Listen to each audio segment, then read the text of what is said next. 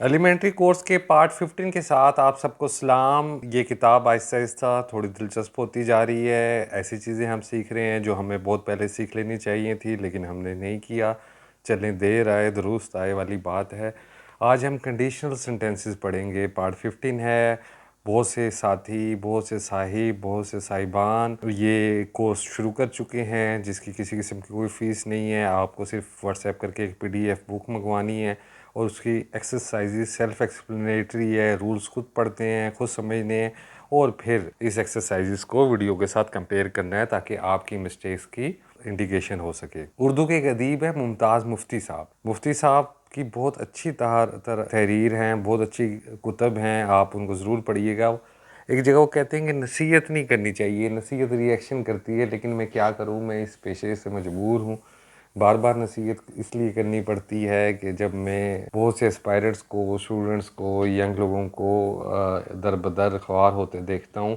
और ख्वार वो इस वजह से होते हैं कि अंग्रेज़ी सीखना चाहते हैं, उनकी फाउंडेशन ठीक नहीं होती, वो जाते हैं तो उनकी फाउंडेशन की बजाय एडवांस काम किया जाता है जो उनकी समझ नहीं आता। कंडीशनल सेंटेंसेस दो तरह के होते हैं। इस पार्ट के अंदर हम फ्यूचर और पास्ट पढ़ेंगे। आप देख रहे हैं कि फ्यूचर टेंस के कंडीशनल सेंटेंसेस यानी शर्तिया फ़िक्रे में इन फ़िक्रों के दो हिस्से होते हैं। एक हिस्सा जो अगर के साथ शुरू होता है, इसको हम शर्त कहते हैं। जैसे अगर तुम मेहनत करोगे तो इनाम हासिल करोगे। दूसरा हिस्सा तो के साथ शुरू होता है, इसको हम जज़ा कहते हैं, यानी अगर ये करोगे तो ये होगा, अगर ये नहीं करोगे तो ये नहीं होगा। शर्त वाले हिस्से, अगर तुम मेहनत करोगे, अगर तुम अपने तौर अतबार दुरुस्त करोगे, अगर वक्त पे बारिश होगी तो फसलें अच्छी उगेंगी। शर्त वाले फ़िक्रे प्रेजेंट इंडेफिनिट और जज़ा वाले फ़िक्रे फ्यूचर इंडेफिनिट। एग्जांपल्स देखिएगा। अगर तुम मेहनत करोगे तो इनाम हासिल करोगे। If you work hard you will get a price. अगर तुम अपने तौर अतबार यानी अपने तरीक़ों को दुरुस्त करने का वादा ना किया तो मैं तुम्हें माफ़ नहीं करूँगा। I shall not forgive you if you do not promise to mend your ways. If वाली क्लॉज या पहले भी लिखी जा सकती है, लेकिन फिर कॉमा आएगा। ये आपने खुद फैसला करना है। अभी आप बेहतर ये है कि स्ट्रक्चर सीख लें और फिर आहिस्ता आहिस्ता आप इसके साथ खेलना शुरू कर देंगे। अगर वक्त पर बारिश हो गई तो क्या फसलें अच्छी तरह उगेंगी? Will the crop grows well if it rains in time. अब हम पास्ट के कंडीशनल सेंटेंसेस देखते हैं।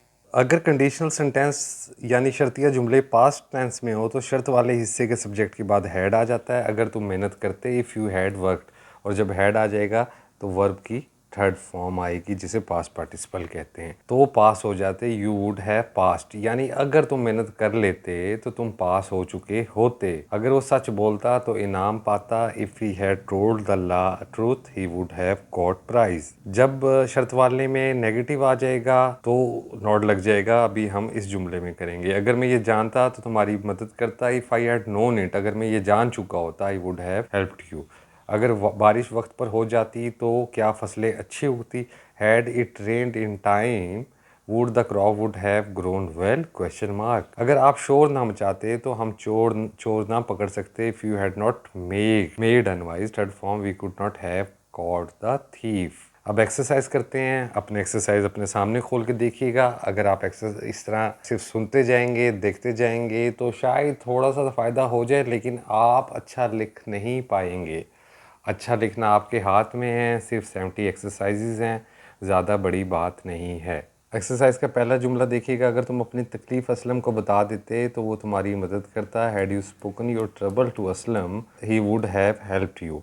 अब had you spoken your trouble के साथ had you communicated your problem भी हो सकता था, या नहीं? ज़्यादा बेहतर लगता ना, लेकिन आहिस्ता आहिस्ता सीख जाओगे। परेशान नहीं होना। Communicated your problem. अगर तुमने मुझे वक्त पर इतला दी होती तो मैं तुम्हें लेने आता। If you had informed me timely I would have come to pick you. Sentence number 3, अगर वो मेरी नसीहत पर अमल करता तो तबाह ना होता। Had he acted upon my advice he would not have got ruined. RUIN, रीयून का मतलब होता है तबाह होना, और ED के साथ इसकी थर्ड और सेकंड फॉर्म बनती है। अगर वो मेरे साथ बसलूकी ना करता तो मैं उससे नाराज़ ना होता। He not misbehaved with me I would not have got angry. अगर रात को बारिश होती तो तुम कहाँ जाते? Had it rained at night where would you have gone. अब बज़ाहिर देखें तो फार्मूले के मुताबिक ये प्रेजेंट इंडेफिनिट लगता है, लेकिन ये सब का सब पास्ट है। अगर अजमल झूठ बोलता तो मैं इसे कभी ना माफ़ करता। इफ़ जमील या Ajmal if Jamil had spoken a lie I would not have forgiven him. Sentence number 7, अगर मैं जानता कि वो बददियानत है तो कभी इसका एतबार ना करता। If I knew it he is dishonest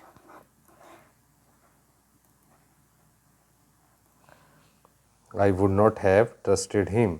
अगर असलम ने मेहनत की होती तो फेल ना होता। If Aslam had worked hard he would not have failed. 9th sentence, अगर फ़कीर खिसक ना जाता यानी भाग ना जाता तो क्या आप उसको अच्छा सबक सिखाते।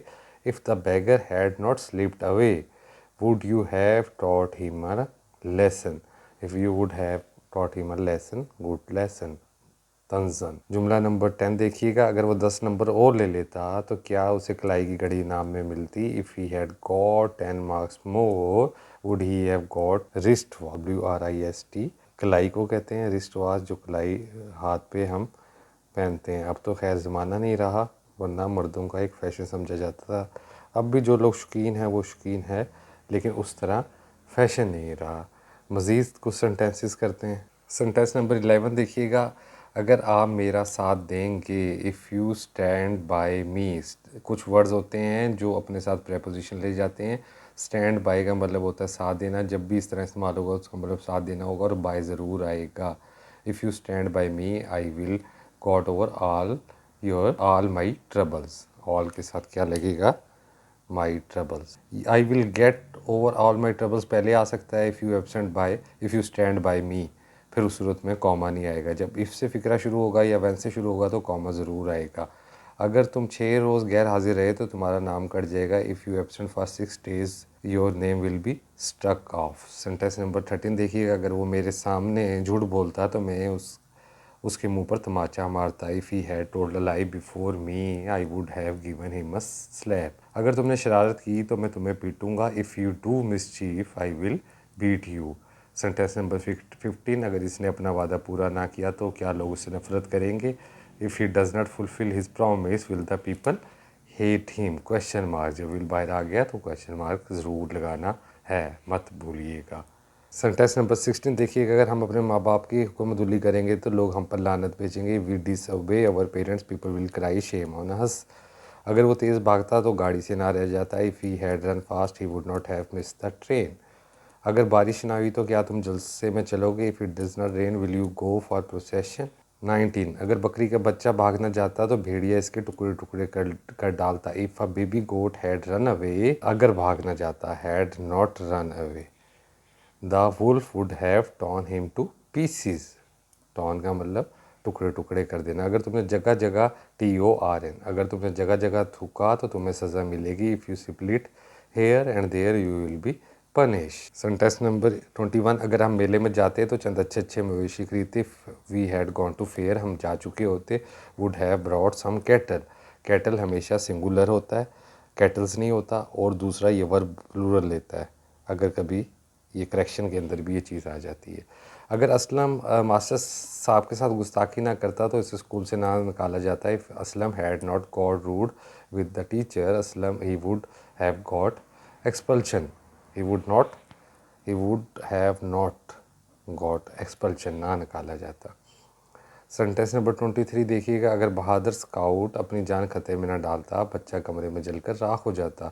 If a brave scout had not put his life at risk, not put life into danger भी हो सकता है, in danger sorry, the child would have turn to ashes, बच्चा राख में तब्दील हो जाता। अब इफ से शुरू हुआ है तो यहाँ पे कॉमा आ गया। आप the child would have turn to ashes if a brave scout had not put his life भी कर सकते थे, यानी इसे आगे पीछे भी कर सकते थे, लेकिन फिर कॉमा नहीं आना था। एक बात ये बात, दूसरी बात ये कि मुझे उम्मीद है आप ये साथ साथ कर रहे होगे और आहिस्ता आहिस्ता आपको लिखने की आदत शुरू हो रही होगी। अपना ढेर सारा ख्याल रखिएगा, अपनी राय का इज़हार ज़रूर कीजिएगा। अल्लाह हाफिज़।